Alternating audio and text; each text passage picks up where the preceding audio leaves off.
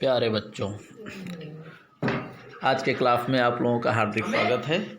आज हम लोग पढ़ेंगे बीए भाग 1 प्रथम प्रश्न पत्र भारतीय युद्ध कला। इसमें आज हम लोग पढ़ेंगे बच्चों सिख सैन्य पद्धति में हम लोग पढ़ेंगे महाराजा रणजीत सिंह के सुधार। हालांकि इसमें हम थोड़ा सा एक पार्ट में पढ़ चुके हैं, लेकिन सामान्य तौर पर हम फिर से इसकी शुरुआत कर देंगे। ठीक है बच्चों, चलिए।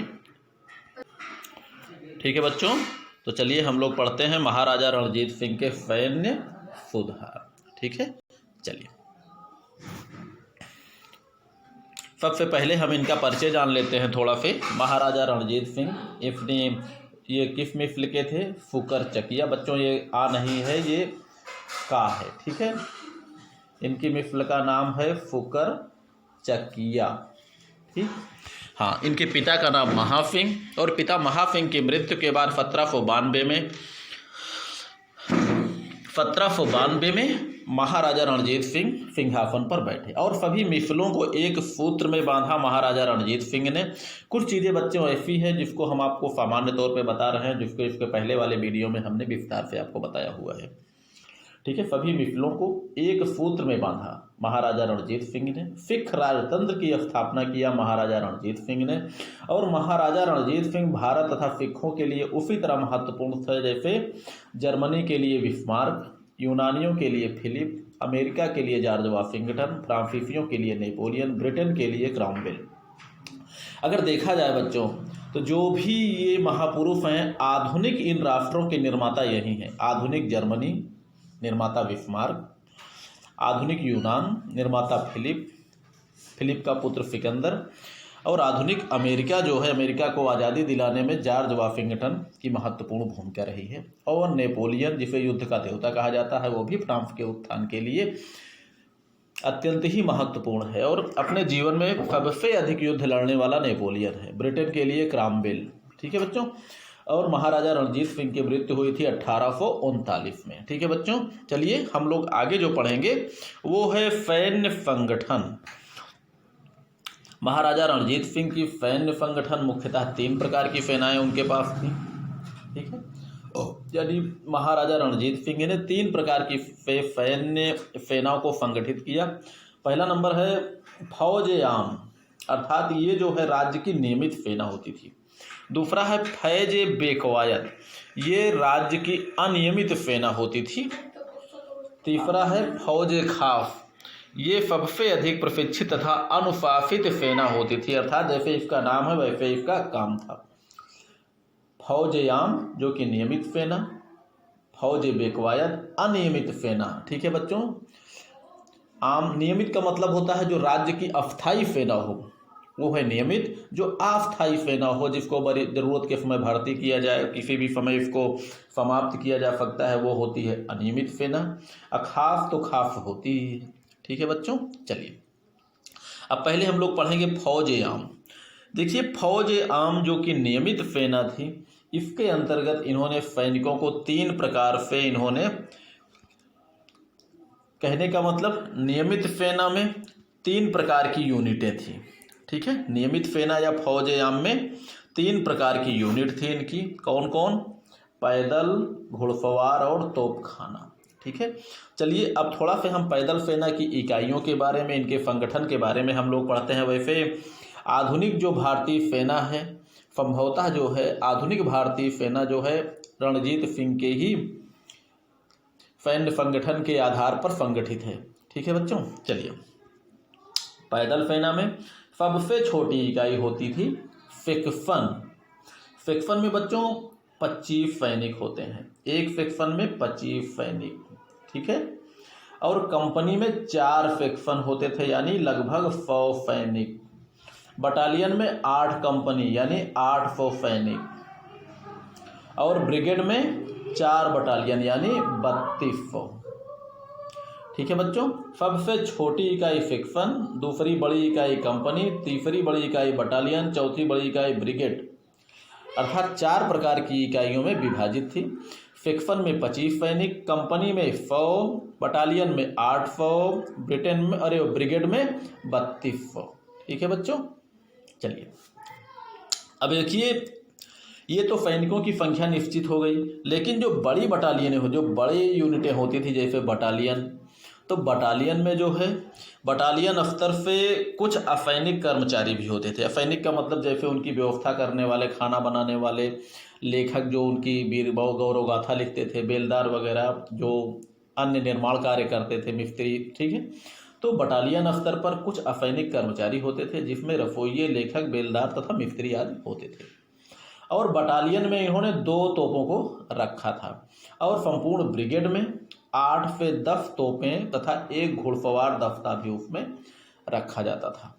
ठीक, अब देखिए बच्चों, जो आज का जो संपूर्ण सेना के पद हैं इसी आधार पर बटे हुए हैं। सर्वोच्च कमांडर जिसे हम लोग कहते हैं सेना अध्यक्ष, वो है जनरल।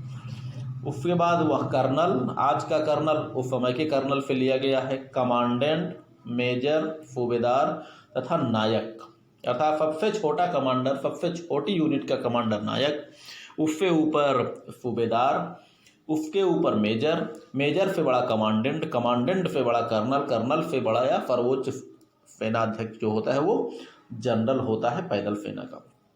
ठीक है बच्चों, चलिए आगे बढ़ते हैं हम लोग। इनके हथियार क्या होते थे? हथियार बच्चों होते थे तलवार, भाई घुड़सवार जो मुठभेड़ की लड़ाई के लिए तलवार, और दूर से फायर करने के लिए बंदूकें, वो भी संगीन लगी हुई। ठीक है, संगीन लगी हुई बंदूकें और तलवार। बच्चों, सैनिकों को यूरोपीय युद्ध कला में प्रशिक्षण हेतु अंग्रेजों के भगोड़े सैनिकों को इन्होंने नियुक्त किया था, क्योंकि यूरोपियन सैनिक उस समय बहुत अच्छे माने जाते थे। कम से कम छोटी सी छोटी सेनाओं में बड़ी सी बड़ी सेनाओं को ये लोग पराजित कर देते थे, इसलिए यूरोपियन सेनाओं को अच्छा माना जाता था। उनकी ट्रेनिंग, उनका प्रशासन, उनकी जो है प्रशिक्षण, उनकी कुशलता को अच्छा मानते थे। इसीलिए महाराजा रणजीत सिंह ने भी अपनी सेनाओं को लगभग वही कहते हैं ना, यूरोपियन ट्रेनिंग उन्होंने दी, और इसके लिए इन्होंने अंग्रेजों के भगोड़े सैनिकों को नियुक्त किया। भगोड़े सैनिकों, सेनाध्यक्षों, अधिकारियों को इन्होंने अपनी सेना में ट्रेनिंग के लिए नियुक्त किया। ठीक है बच्चों, चलिए। संगीन का मतलब तो आप लोग जानते ही हैं बच्चों, बंदूक के ऊपर जो 1 फीट या 12 इंच लंबी चाकू लगी होती है वो है संगीन।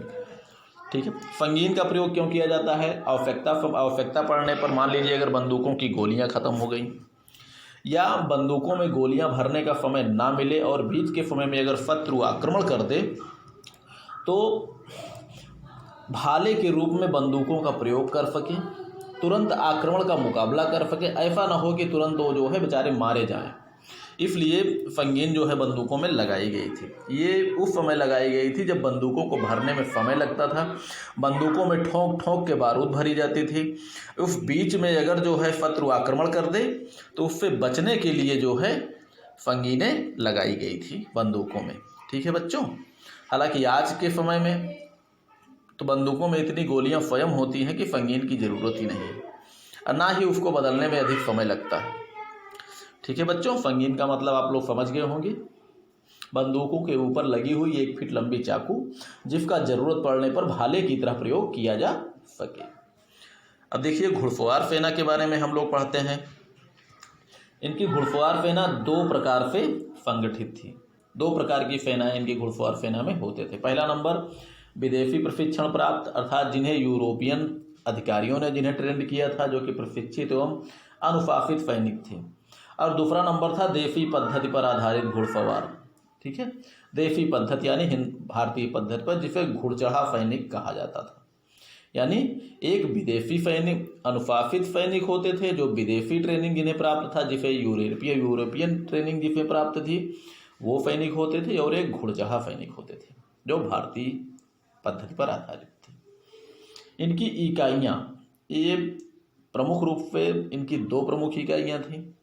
पहला नंबर रिफाल, जो छोटी इकाई थी जिसमें जो है 150 से 200 घुड़सवार सैनिक होते थे, और बड़ी इकाई होती थी रेजिमेंट। ठीक है बच्चों, ध्यान दीजिएगा, घुड़सवार सेना की छोटी इकाई रिफाल होती थी और बड़ी इकाई रेजिमेंट। एक रिफाल में 150 से 200 सैनिक और एक रेजिमेंट में 4 से 5 रिफालें, लगभग वही 600 से लेके 1000 के बीच में इनकी संख्या होती थी। ठीक है बच्चों, चलिए आगे बढ़ते हैं हम लोग।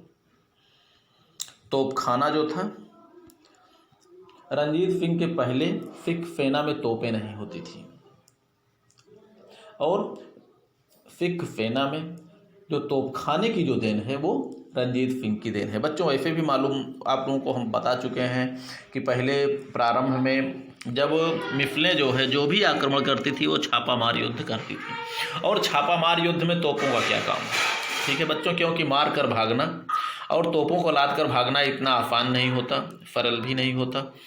तो उसके पहले तोपें जो होती थी वो केवल सेना में नहीं होती थी, क्योंकि सेना में केवल किले की तोपों में, किले की सुरक्षा में लगाई जाती थी। बाकी सेना में प्रयोग जो है छापामार युद्ध कला में इनकी कोई ज़रूरत नहीं थी।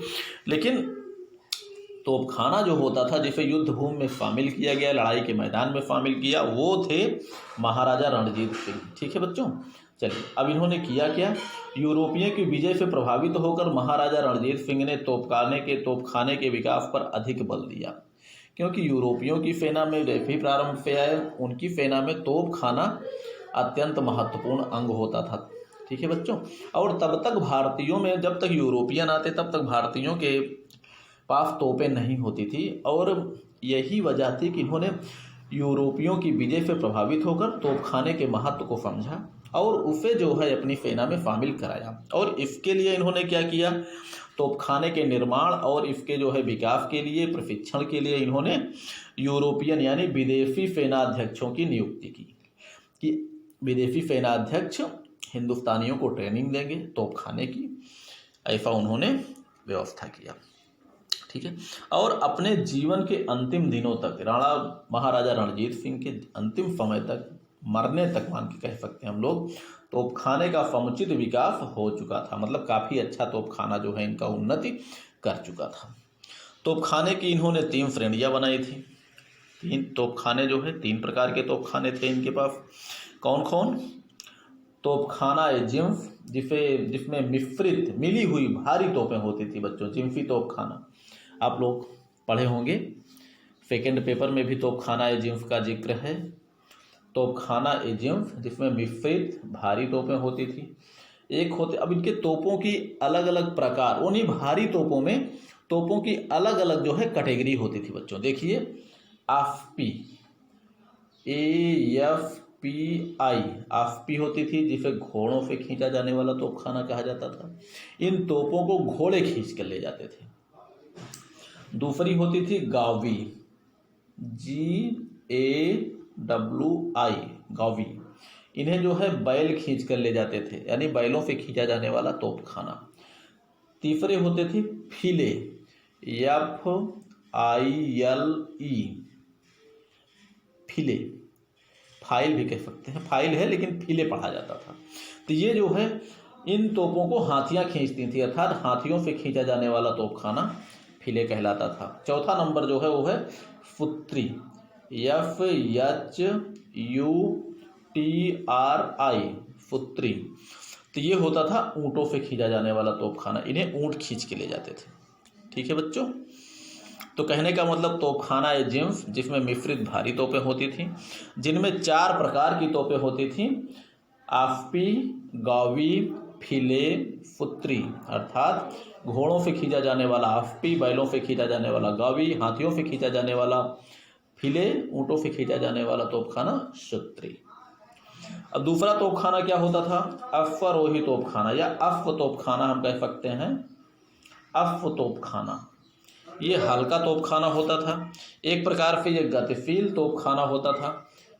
इसे युद्ध में शीघ्र ही घुड़सवारों द्वारा खींचकर इधर से उधर ले जाया जाता था, अर्थात इतना हल्का होता था ये कि घुड़सवार इसे अकेले ही जो है खींचकर, घोड़े पर बैठे बैठे खींचकर लेकर इधर से उधर युद्ध के मैदान में, जहाँ युद्ध हो रहा हो, स्थान बदलना, इनका स्थान बदलना, इधर से उधर ले जाना, इनका जो है केवल एक घुड़सवार सेना के लिए संभव था। ठीक है बच्चों, ये है अश्वारोही तोपखाना।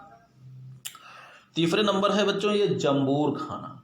बच्चों जंबूर खाना अत्यंत ही हल्की तोपें बनाने की फैक्ट्री होती थी, जिसे लाहौर में कारखाने की फैक्ट्री स्थापना की इन्होंने। जंबूर खाना एक प्रकार से ये बहुत ही हल्की तोपी, एकदम हल्की तोपें ठीक है, उसे जम्बूर खाना कहा जाता था। तो लाहौर में कारखाने की फैक्ट्री लगाई जिसे जम्बूर खाना कहा जाता था। और बाद में लाहौर के अतिरिक्त अमृतसर, मुल्तान, जम्मू, श्रीनगर में भी तोपों के कारखाने की इन्होंने स्थापना की थी। ठीक है बच्चों, अब देखिए इनके तोपों के नाम। फतेहगंज, जो दमदार तोपें होती थी उनका नाम फतेहगंज, जफरगंज, जंग बिजली, सूर्यमुखी, निरस्तगंज, ये प्रमुख तोपें थी।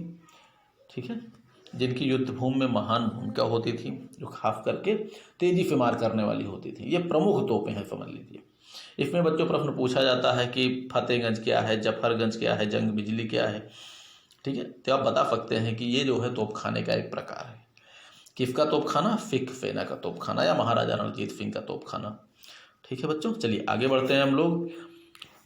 हल्की तोपें। अब देखिए थोड़ा सा हम तोपों की कैटेगरी कि हल्की तोपें कौन होती थी, भारी तोपें कौन होती थी, तो इनके बारे में हम इनकी कैटेगरी निर्धारित कर रहे हैं। हल्की तोपें जो 12 पाउंड से कम वजन के गोले को फेंकने वाली जो तोपें होती थी वो हल्की तोपें होती थी। ठीक है, तो 12 पाउंड का मतलब है 1 पाउंड में लगभग 400 ग्राम होता है बच्चों। तो 12 पाउंड का मतलब बरचौक 48, लगभग 4.8 kg। ठीक है बच्चों, लगभग 5 kg से कम। तो यानी 12 पाउंड से कम वजन के गोले को फेंकने वाली तोपें होती थी जो हल्की तोपें कहलाती थीं। और भारी तोपें जो होती थी ये 12 पाउंड से अधिक वजन के गोले फेंकने वाली तोपें भारी तोपें होती थी। और जमजमा तोप, जो कि क्या बोलते हैं, महाराजा रणजीत सिंह की सेना में एक सबसे बड़ी तोप होती थी जिसे कहा जाता है जमजमा तोप। ठीक है, जमजमा तोप जो है ये 48 पाउंड तक के गोले को फेंक सकती। ठीक है बच्चों, कहने का मतलब 12 पाउंड से कम वजन के गोले को फेंकने वाली हल्की तोप, 12 पाउंड से ज़्यादा वजन के गोले को फेंकने वाली भारी तोप एवं जमजमा तोप एक ऐसी तोप थी जो कि 48 पाउंड के गोले भी फेंक सकती थी। ठीक है बच्चों, और तोपखाने का संगठन जो किया इन्होंने डेरों या बैटरियों में किया। ठीक, डेरों या बैटरियों में एक सेक्शन में 2 तोपें एवं 8-10 तोपची रखा जाता था। इन्होंने बच्चों तोपखाने के संगठन को डेरों और बैटरियों में किया, अर्थात तोपखाने की जो इकाइयाँ होती थी उन्हें डेरा या बैटरी कहा जाता था। ठीक है बच्चों, और एक सेक्शन में 2 तोपें एवं 8 से 10 तोपचियों को रखा। कई सेक्शन को मिलाकर एक बैटरी का निर्माण होता है, अर्थात एक बैटरी में कई सेक्शन होते हैं बच्चों, जिनकी संख्या इसमें अनिश्चित दी गई है, अर्थात निश्चित नहीं थी। ठीक, ये मान के चलिए कि छोटी इकाई जो है डेरा, अब बड़ी इकाई सेक्शन में 2 तोपें, कई सेक्शन को मिलाकर एक बैटरी का निर्माण होता है। ठीक, चलिए आगे बढ़ते हैं बच्चों। सैनिक भर्ती, इसमें क्या होता था, अधिकतर जो है जाटों की भर्ती की जाती थी, क्योंकि जाट जो होते थे त्यागी, बलिदानी, वीर, साहसी, शारीरिक रूप से मजबूत एवं स्वेच्छा से भर्ती होते थे। क्योंकि एक जाट जो होते थे ये लड़ाकू जातियाँ होती थी। जैसे बच्चों गोरखा लड़ाकू जाति होती थी, नेपाली गोरखा, वैसे एक जाट भर्ती होती थी, खास करके अपने यहाँ यादवों से मिलती जुलती जाति होती थी। ठीक, यादवों से मिलती जुलती जाति। ठीक, इनमें होता क्या था, ये त्यागी, बलिदानी, वीर, साहसी और शारीरिक रूप से मजबूत भी होते हैं। जिस प्रकार आज भी देखा जाए तो शारीरिक रूप से यादव वर्ग भी मजबूत होता है, भाई दूध माठा वाली जाति है। तो फिलहाल बच्चों ये जाति से मतलब नहीं है, तो कहने का मतलब ये है कि कुछ ऐसी व्यवस्थाएं होती है राष्ट्र के अंतर्गत जिनका कार्य ही ऐसा होता है कि उनकी मजबूती बनी रहती है। ठीक, चलिए इसके अतिरिक्त भी ये क्या करते थे, गोरखा एवं मुसलमानों को भी सेना में भर्ती करते थे। ठीक, और व्यवस्था इनकी, सैनिकों को अस्त्र शस्त्र घोड़े की व्यवस्था स्वयं करनी होती थी। यदि सैनिक असमर्थ होता था तो उसे सभी चीज़ें राज्य की ओर से मिल जाती थी, लेकिन उसकी कीमत वेतन से काट लिया जाता था। कहने का मतलब बच्चों, हथियार, घोड़ा, इन चीज़ों की व्यवस्था सैनिक स्वयं करता था। अगर उसके पास नहीं हो पाता था तो राज्य उनको देता था, अब बाद में उसके वेतन से घोड़ा और जो है हथियारों का पैसा काट लिया जाता था। ठीक है बच्चों, चलिए आगे बढ़ते हैं हम लोग। वेतन जो है ये वर्ष में 4 या 5 बार नियमित एवं नकद वेतन मिलता था। क्योंकि बच्चों हम लोग नियमित सैनिकों के बारे में पढ़ रहे हैं, तो वर्ष में 4 या 5 बार नियमित नकद वेतन मिलता था। घुड़सवार सैनिकों को पैदल सैनिकों से अधिक वेतन मिलता था। मृत सैनिकों के परिवार को पेंशन या जागीर देने का प्रावधान था। वेतन की कोई गारंटी नहीं थी कि समय से मिल जाए। कहने का मतलब 4 या 5 बार नियमित मिलता था, लेकिन कब मिलेगा बच्चों ये निश्चित नहीं होता था। ठीक, कोई गारंटी नहीं थी कि जब मिल रहा है वही समय मिले, आगे पीछे भी हो सकता है। ठीक, चलिए आगे बढ़ते हैं। इसमें अधिकारियों का जो वेतन था इस प्रकार था। ठीक है, पहला नंबर पद का नाम है वेतन रुपए में। पहला नंबर है जनरल अर्थात सेना अध्यक्ष, इन्हें 400 से 460 रुपये वेतन मिलता था। ठीक, कर्नल 300 से 350 रुपये, कमांडेंट 60 से 150 रुपये, मेजर 21 से 25 रुपये, सूबेदार 20 से 30 रुपये, नायक 10 से 121 रुपये। नहीं बच्चों, ये 10 से 12 हो सकता है, नायक 121 तो नहीं हो सकता। ये मान के चलिए बच्चों, ये 10 से 12 रुपये होगा, 12। ठीक है, चलिए हम आगे बढ़ते हैं। हथियार इनके क्या होते थे बच्चों? हथियार जो प्रमुख होते थे, धनुष बाण, तलवार, भाला, संगीन युक्त बंदूक, ढाल तथा कवच। ठीक है बच्चों, चलिए ये चैप्टर को बच्चों हम थोड़ा सा लंबा हो जाएगा, इसलिए इसको हम यही समाप्त करते हैं। बाकी जो है हम लोग इसके बाद वाले भाग में पढ़ेंगे। ठीक है बच्चों, तब तक आप लोग पढ़िए लिखिए, मस्त रहिए और खुश रहिए।